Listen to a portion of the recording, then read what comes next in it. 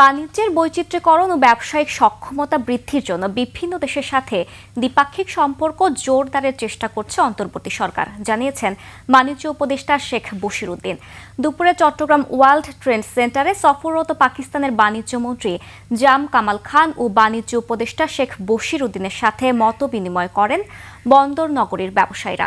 এ সময় বাণিজ্য উপদেষ্টা আরও বলেন, বিক্রয়ের প্রবৃদ্ধি ও প্রতিযোগিতামূলক আমদানি সক্ষমতা বৃদ্ধি করার ক্ষেত্রে পাকিস্তানের বাণিজ্য মন্ত্রণালয়ের সাথে আলাপ চলছে।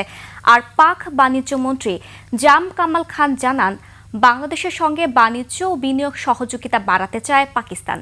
বিশ্বের সর্বাধুনিক প্রযুক্তিতে প্রস্তুতকৃত Arik silver wash detergent powder 500 গ্রাম মাত্র 70 টাকা। রিমার্ক।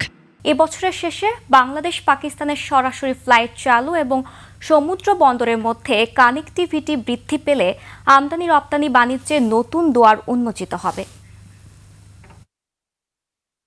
বাণিজ্যের বৈচিত্র্যকরণ এবং আমাদের ব্যবসার সক্ষমতা বৃদ্ধি করার উদ্দেশ্যে আমাদের যে দ্বিপাক্ষিক যতগুলো দেশের সাথে আমরা সংযুক্ত হতে পারা সম্ভব, আমরা সকলের সাথে উদারভাবে সংযুক্ত হওয়ার চেষ্টা করছি এবং আমাদের বিক্রয়ের প্রবৃদ্ধি এবং আমাদের প্রতিযোগিতাপূর্ণ মূল্যে আমদানির সক্ষমতা বৃদ্ধি করার ক্ষেত্রে আমরা একত্রিত হয়েছি।